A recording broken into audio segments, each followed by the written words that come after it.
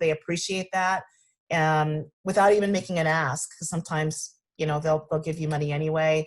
Making it easy for them to give you money, even though you're not asking for it, is good. I was on a webinar or a Zoom conversation last night that was a convening of lots of different artists, and the ticket to make sure that I had a space in it offered an opportunity for me to make a $10 or more contribution to the theater, and I did. It was easy, right? You know, so I just was impressed by that kind of soft opportunity to give money, but it wasn't a direct ask. But I was also getting involved with some of the programming that they were doing. So I'll stop there. Hopefully that was helpful. Thanks so much, Krista. Before Kristin, Rhonda, is there anything that you wanted to kind of wrap up from what you were saying there? I know you got cut off at the end. I appreciate that. The only thing I was going to say was I just had a question about what we anticipate the public's appetite is going to be for these virtual arts experiences for much longer. And that was a question that, you know, we can talk about generally after everyone else has it. Such a good question.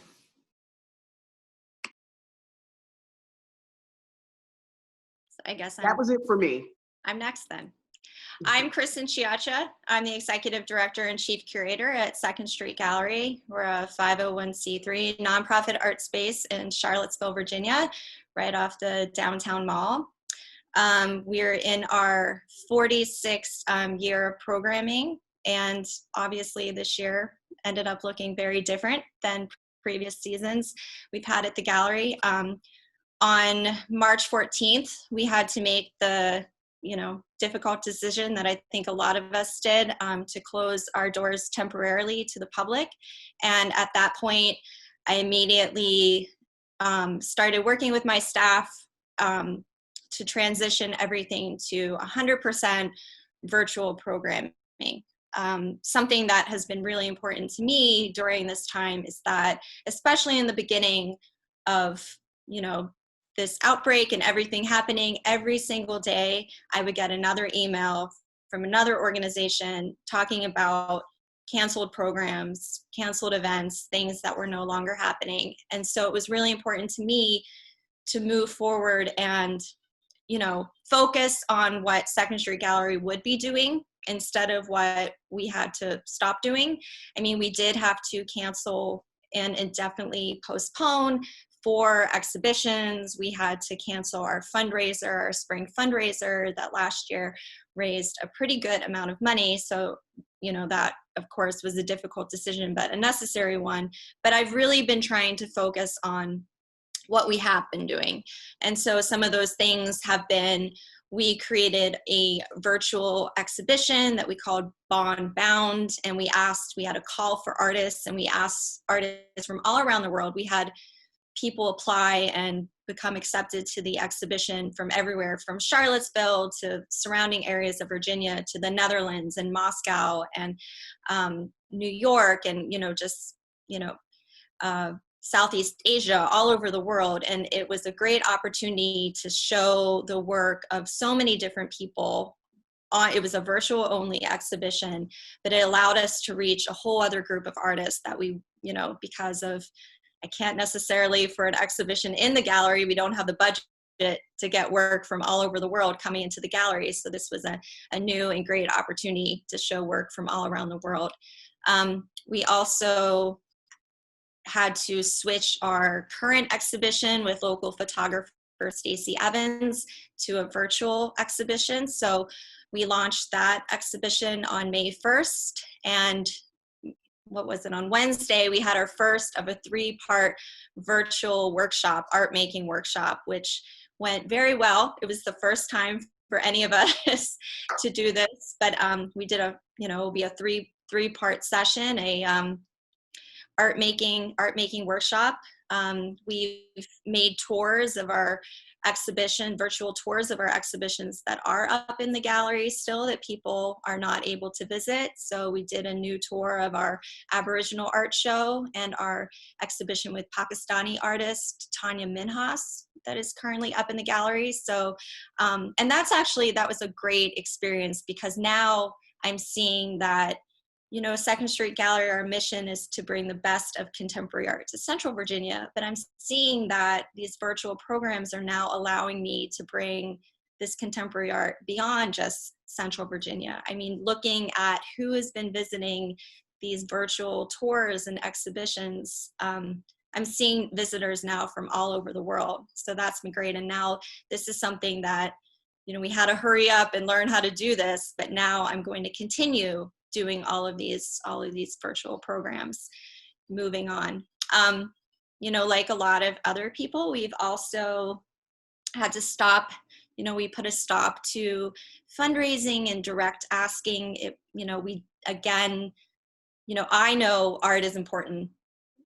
All of us know art is important, but, you know, it's not a life or death situation. And my board was very adamant about not coming off as insensitive and tone deaf and making these direct asks when, you know, a lot of people are struggling. And what I found, which I've been very fortunate, is a lot of, you know, I've just been, you know, putting out all this material and just keeping our stakeholders, you know, in the loop about everything that's going on. And I've received a lot of contributions from past donors who are seeing what we're doing and have really, I think, been pleased with, you know, how we've been taking everything virtually, and we've been keeping it up. And, you know, and I've received some unsolicited, really generous contributions from a lot of people in the community, some of our past donors,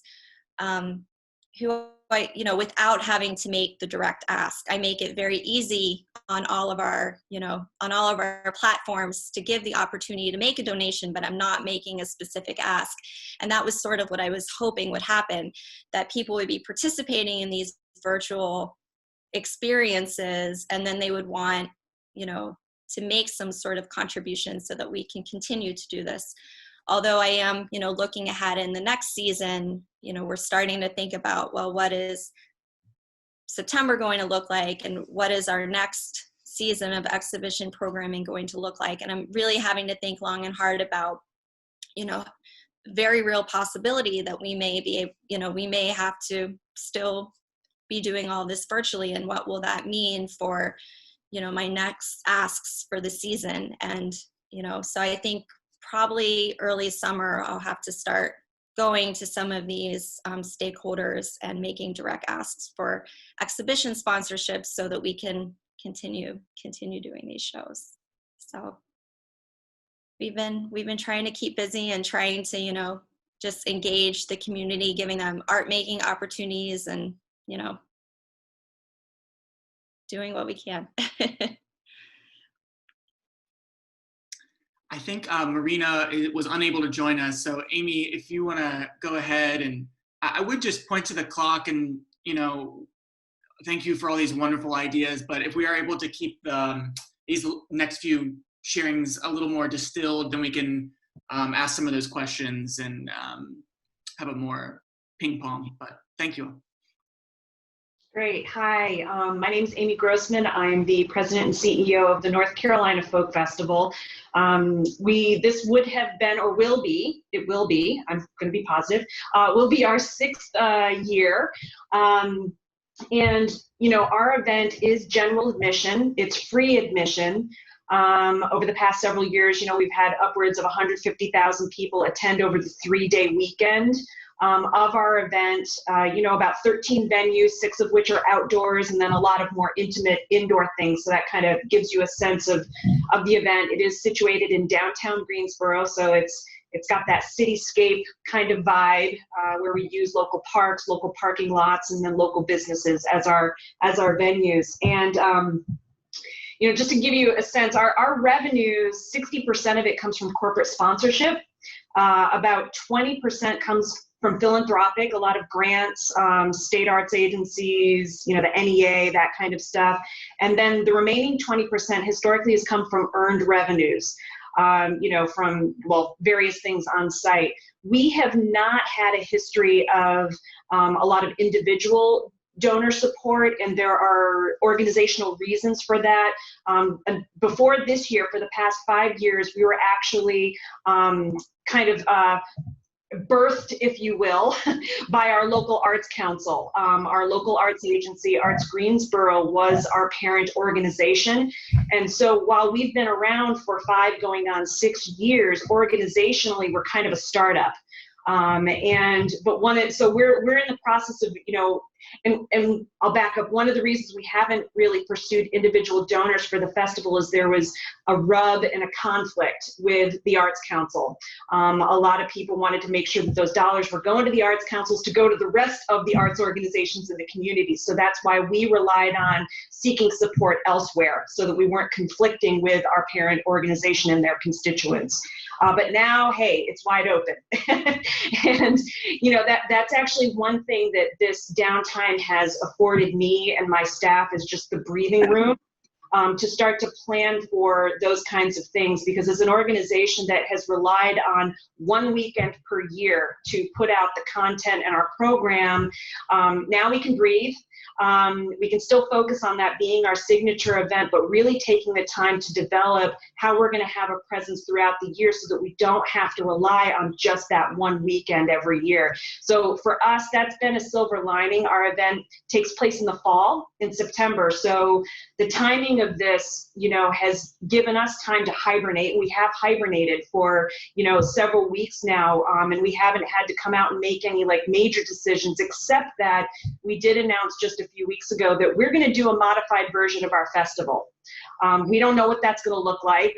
We're doing a lot of research, thinking, you know, waiting to see what public health officials say. Also, really paying really close attention to what our peer festivals are doing, so that we can come up with a plan for what we're going to do. So we've had the benefit of time on our hands to really think about that. I've also been just very fortunate.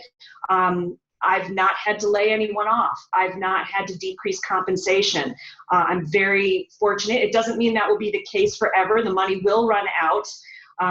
But we're really trying to be creative and nimble, and also just the response from the sponsors who have supported our event has been very positive.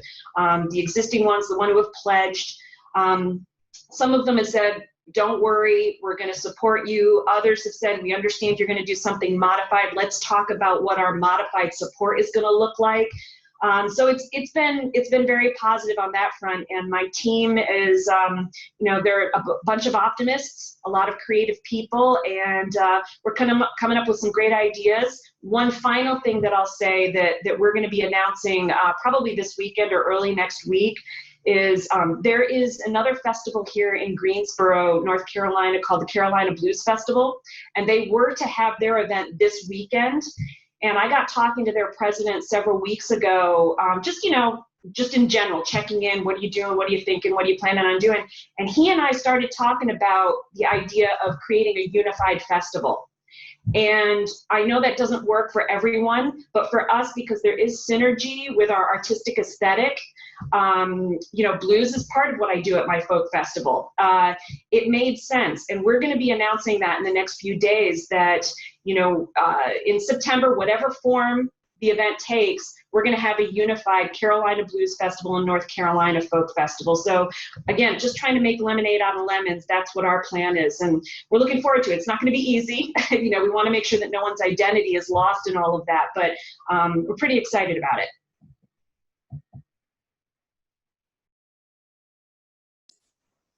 Hey guys, it's Bill Martin. I'm at the Valentine in Richmond. You know, I'm the oldest person and probably the oldest institution. We're the oldest museum in Virginia with 1.6 million objects. So we may be the oldest, but we still have no clue what we're doing. And I think that that's the first admission that we all have to make is, you know, I don't know what we're doing. But one of the things we did early on to establish what our sort of presence and feel in the community would be is we realized that there were some things that we did really well. that we'd kind of forgotten about. They were actually old school. So in the first week, we realized that our school groups were not coming back, but that we had thousands of children across the city that were receiving lunch through the Richmond Public Schools. We quickly realized that we had 40,000 SOL-based coloring activity books, and for 10 weeks, we were able to provide activities for what will end up being 50, 60,000 kids, individuals over the course of the 10 weeks, and have committed to doing the same thing for the summer with activity books that we're developing. Sometimes old school paper is not a bad thing, and sort of going back, and for us, it meant a really wonderful opportunity to talk to our donors about something that we could do that was immediate. And I think that we saw that with our donors, and that one of our regular donors who was a 5,000 donor went to 25,000 just because of this project.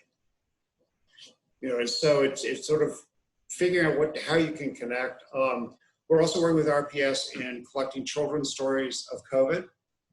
I was featured in an editorial today in the Richmond Times-Dispatch with a number of other organizations. And so again, that sort of service to the community.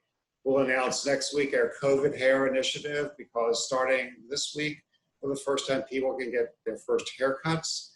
And as part of our photography collection, we want to make sure that we document the befores and afters, because I think it's really important for us to have a sense of humor about some of this. As hard as it is to introduce a little bit of irony and humor is kind of essential for us.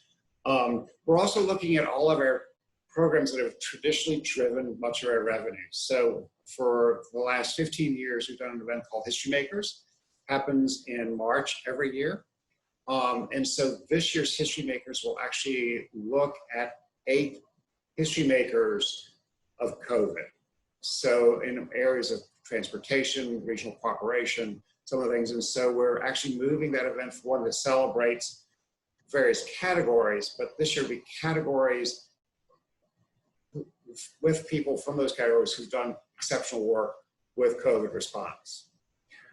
We traditionally have done a series called Controversy History, which looks at community issues, and we have committed, and our funders we've been very lucky with our funders who've continued to support, but also allowed us some freedom. I think most foundations are just saying, take the money that we've given and sort of unrestricting it, and it really gives you a lot of freedom. And we've had a lot of corporations in Richmond who've taken this similar approach. So some of our larger corporations have taken similar action, saying, don't send us a project grant for next year. Just tell us, we'll give you traditionally what we've been doing, maybe a little bit less, but it's going to be unrestricted.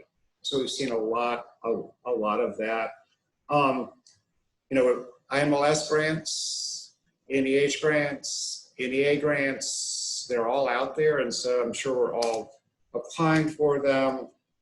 We also, on our fundraising, have gone really, just as we did with kids, we've gone really old school.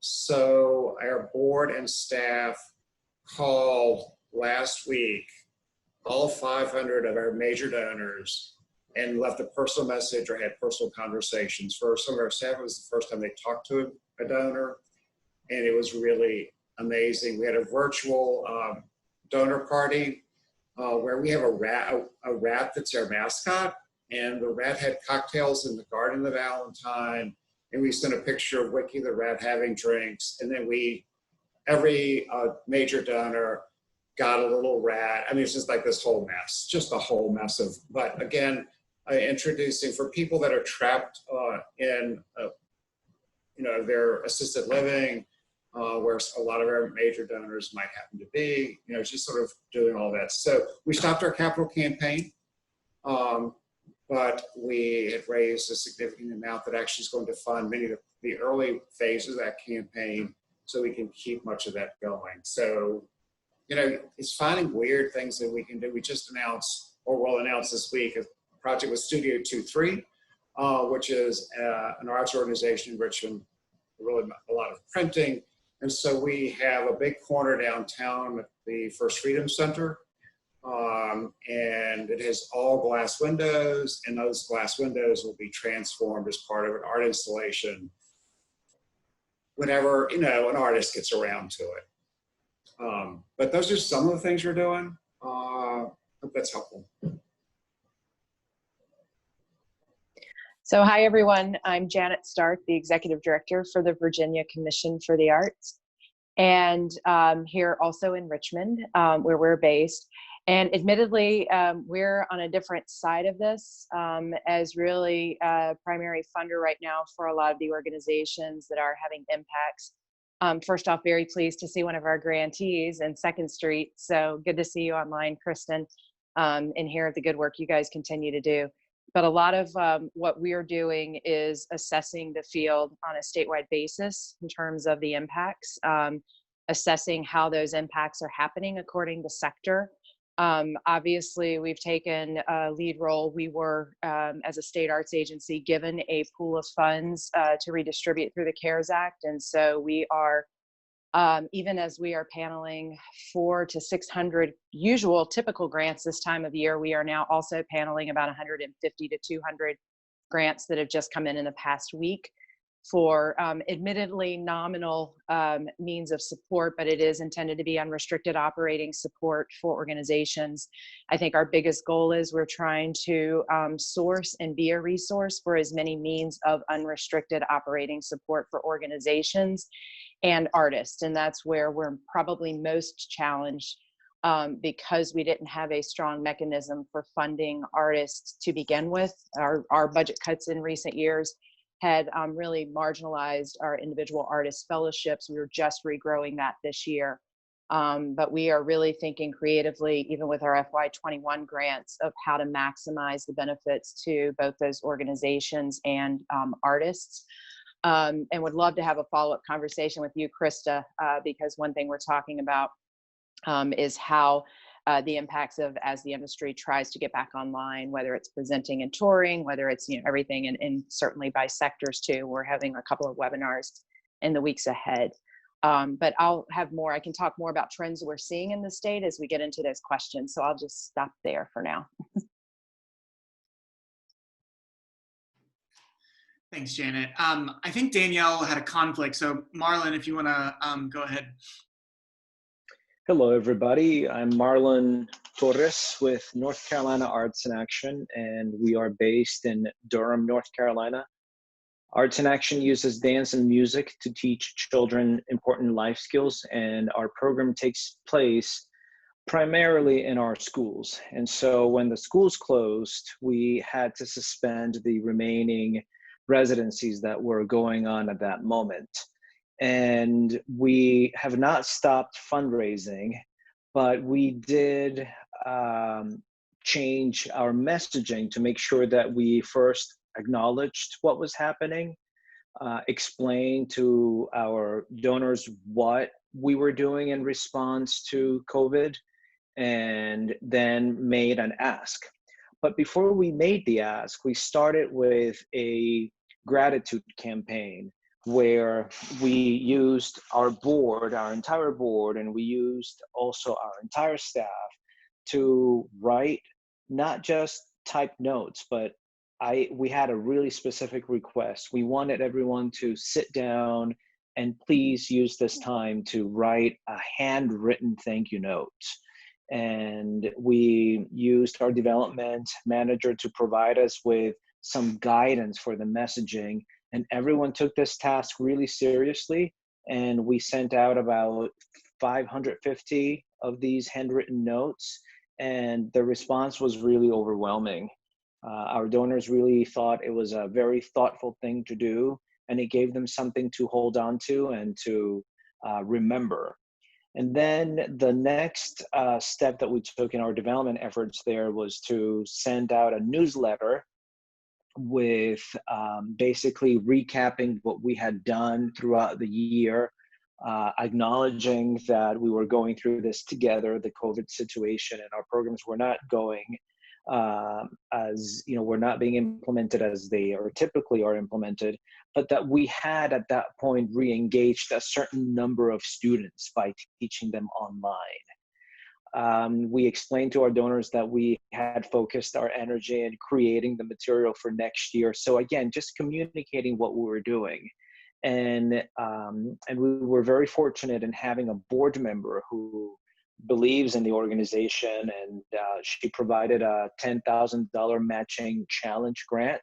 So we used that as an opportunity for people to give. And so we've been promoting that. And then we are planning on doing a follow-up direct mailing again, but to a much smaller targeted group of our donors. So again, we have not stopped fundraising, but we have been really careful to make sure that the messaging is in accordance with what's going on. And then finally, we have done everything that we have possibly been able to do to create online modules that will be, or that are available to our students, but that obviously, because of this digital divide, not all of our students, especially the populations that we serve, are able to access them. But we are making sure that we create this library of things, and that we can demonstrate to our donors that this is what we're doing. We're doing everything we can to be creative in reaching our students. And then finally, we definitely pursued the PPP funding, which we just received early this week, and all the other fund relief funds that many organizations are coming up with in our area. We're pursuing those as well.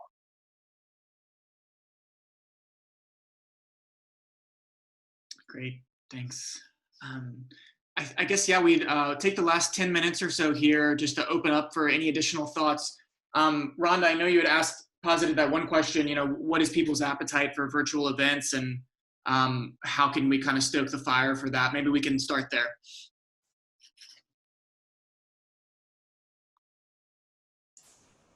There's some interesting research we just saw that's particularly for museums, but looking at the appeal of virtual house tours.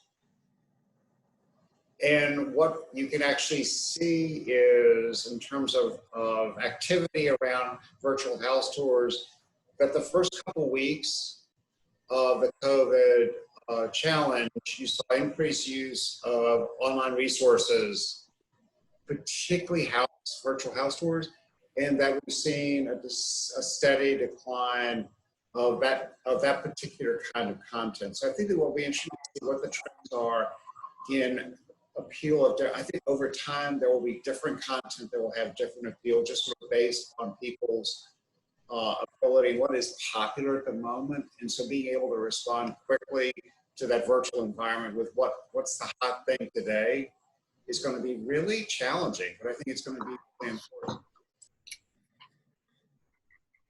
Yeah, I'd just say that I think we hear from artists who they're still creating, artists also create, and as time goes on, their lens on this isolation changes. So there's something really fresh and appealing, I think, about that, and timely about it, that people will appreciate, and not like we're stuck in some sort of time frame, but that it is still dynamic. Time still is going by, and so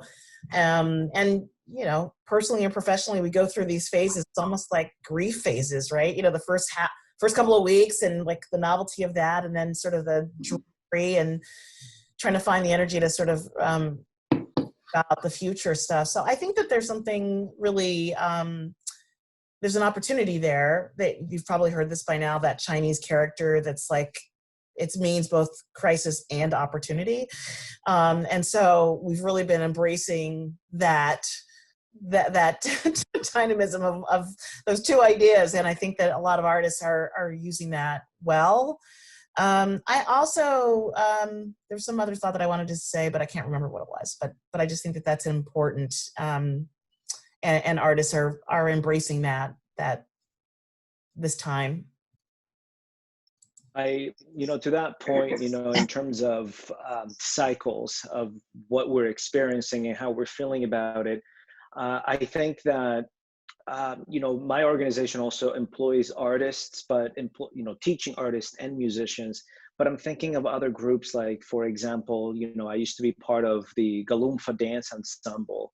And, it's difficult, right? When you can't get your ensemble together to rehearse. So I'm thinking of that. I'm thinking of the future of companies like that, if hopefully when there's a comeback, what kind of shape are we going to be in, at that point? Are we going to have to sort of maybe start from the beginning, to get this, our repertoire up and running?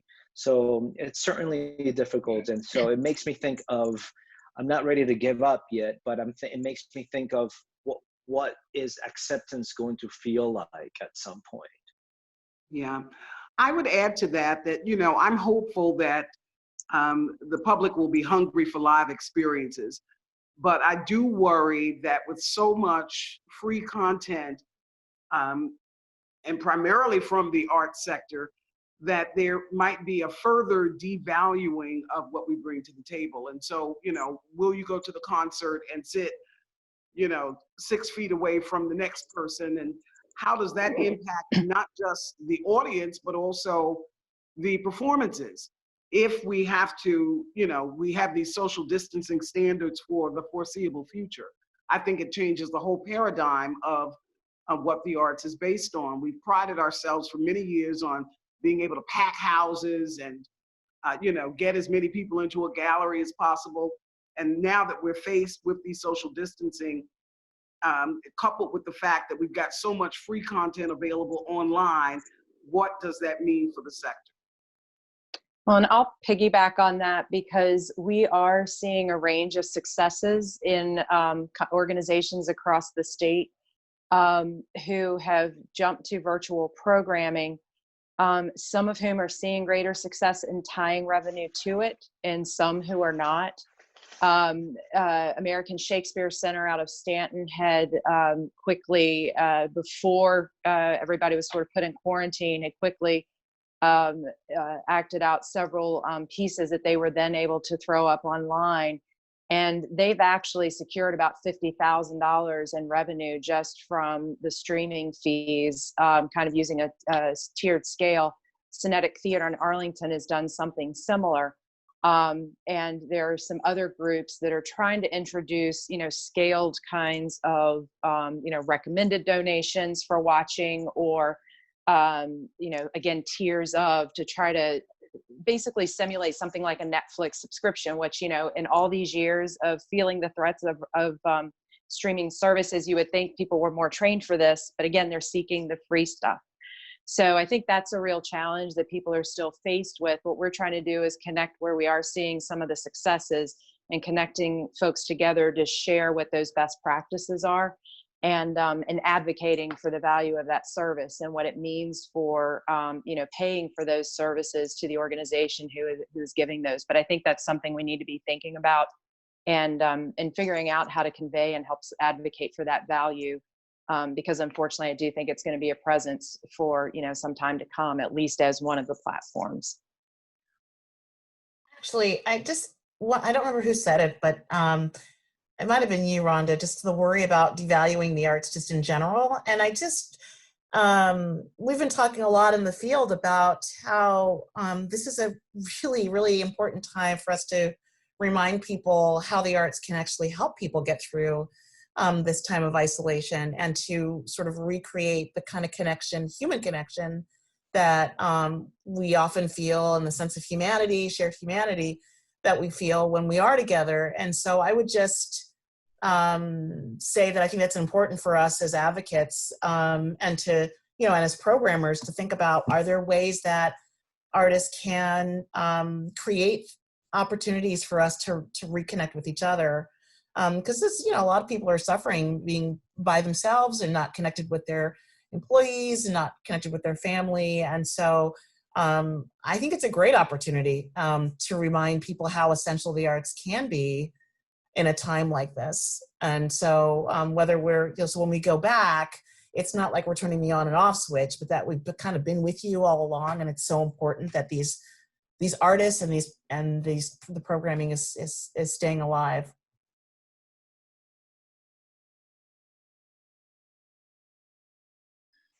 That might be a nice place to wrap up today's gathering. One little piece of history. 1918, the Valentine introduced fresh air schools. And so for about a decade, we did almost all of our programming outside as a response to the flu of 1918. So I think taking programs out of traditional venues and traditional environments is really sort of something that we all can do. Actually, we've actually produced COVID stationery that have kids from our Fresh Air School 1919 doing one of our programs that we continue to do today. There's hope.